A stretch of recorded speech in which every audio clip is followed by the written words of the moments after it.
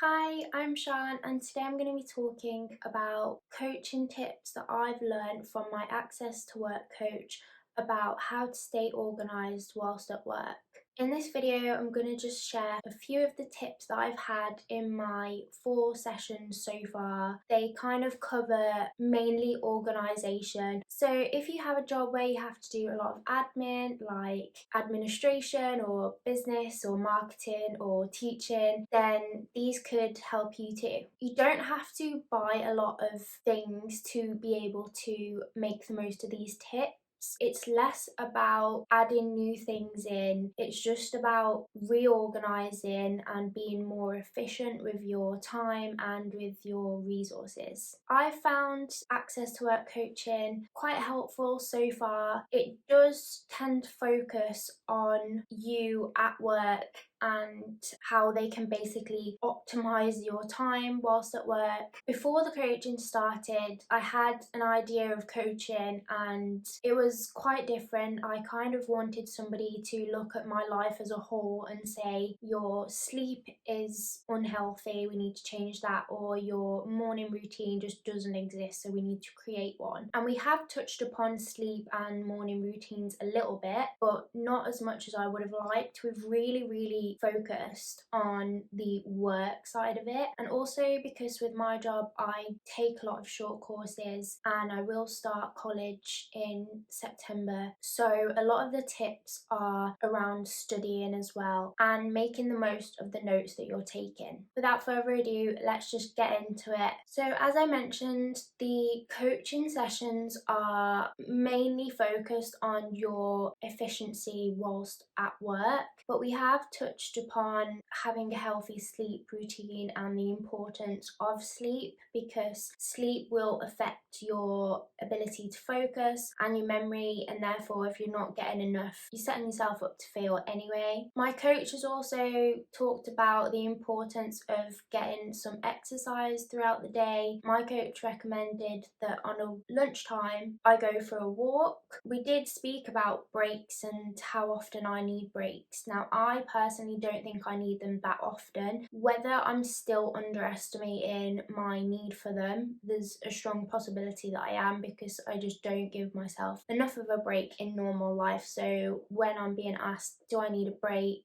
my automatic response is no, I'm fine. Regular breaks, if you feel like they're necessary, should be discussed with your manager, and if you need them, then you should take them. That's what I've been told so far. I've also been recommended to take a walk at lunchtime, so if you do have long enough to get out and you can go for a walk, then I do recommend that. I agree with that. That is something that I agree with, and previously I have had jobs where I just sit down in an office at a desk and then don't move all day really, apart from lunch, whereas the job that I have now, I'm up and down quite a lot. There's a lot of stairs in the building, so I'm always up and down. I don't feel like I need to go for an extra walk at lunch, but if you're stationary, then I do recommend it, and so does the coach. Another thing that was mentioned, and this is a little bit specific to me, but this might relate to you too, especially if you're studying or you have a lot of folders or equipment, it's a good idea to rethink your work bag situation. I was previously using a trolley that I was given at work, so one of those little suitcase trolleys. This is it. So you can see there, it's not massive. It's got 4 wheels. It's quite easy to move around. And when I got it, obviously I was really excited and I filled it and I was like, I'm taking this and this because I love a bag and I love a pencil case. So I love to have things like lip balm, hand cream, nail file, snack bar, all of these things. But then I started to get frustrated because I'm dragging this bag over like gravel and up curbs, and I was like, this is not working for me, it's frustrating me. So what the coach recommended was just try something else. So that's kind of how the sessions tend to go. If something's an obstacle, change it. So what I've been using instead is a backpack. This is actually the backpack that I have been using and taking to work. It's still quite big. It still fits like a laptop, notepad,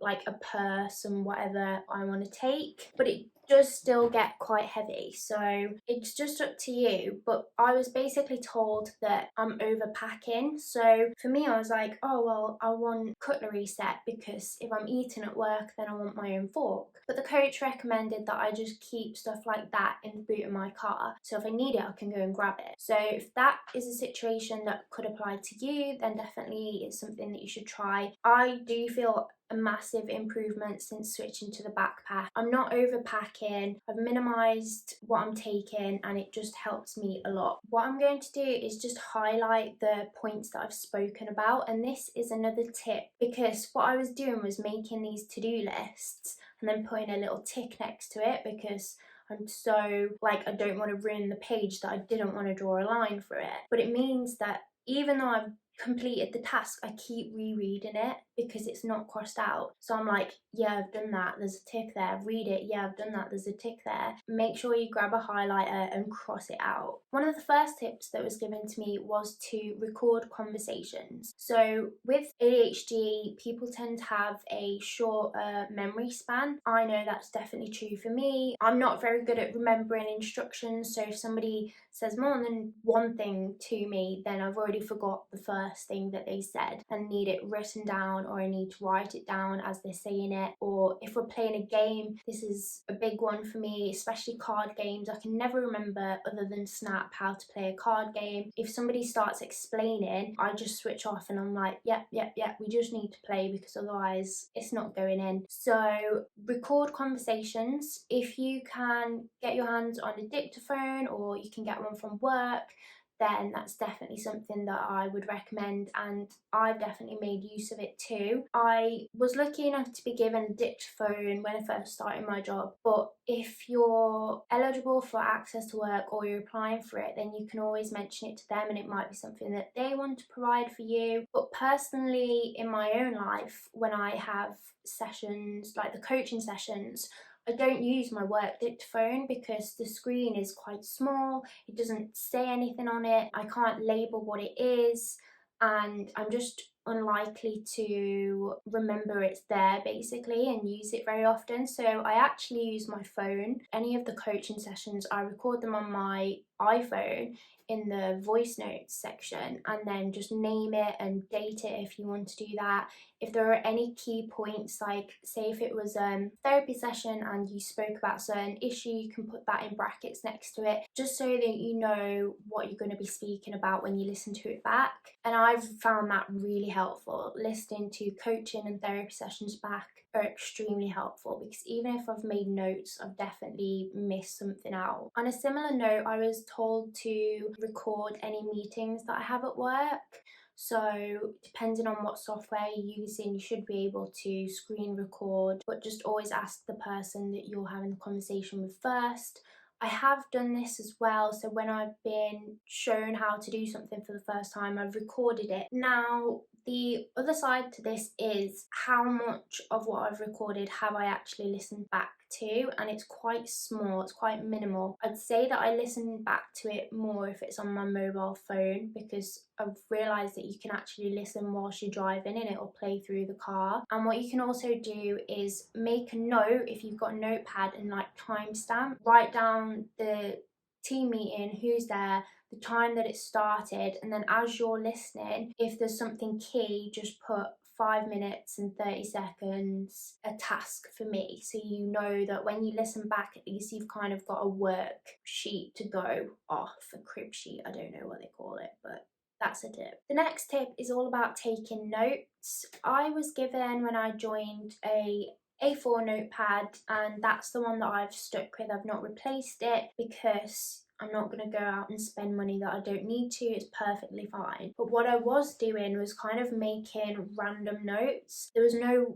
real order to it. It was like notebook chaos. So what I was told to do was very simply number each page. I've only numbered up to 30 at the moment, so they're all blank, but it means that when I come to write on it, they're already numbered. And then in the front of the book, see, it's just a regular notebook, it's genuinely nothing special. But at the front of the book, the first page is an index. Down the side I've got the numbers, and then as I make notes I can come to the index and put it in here and say, like, on page 16, notes about new team updates or something, and you can date it so that you know that you can turn to this page and just find it on the list and then flick through and open that page. This is a really, really useful tip, and it's something that I was 3 sessions into coaching before I actually started making note of it. So I basically wasted my own time because it's really useful. Yeah, I want to get some more tips, but I do recommend having an index page.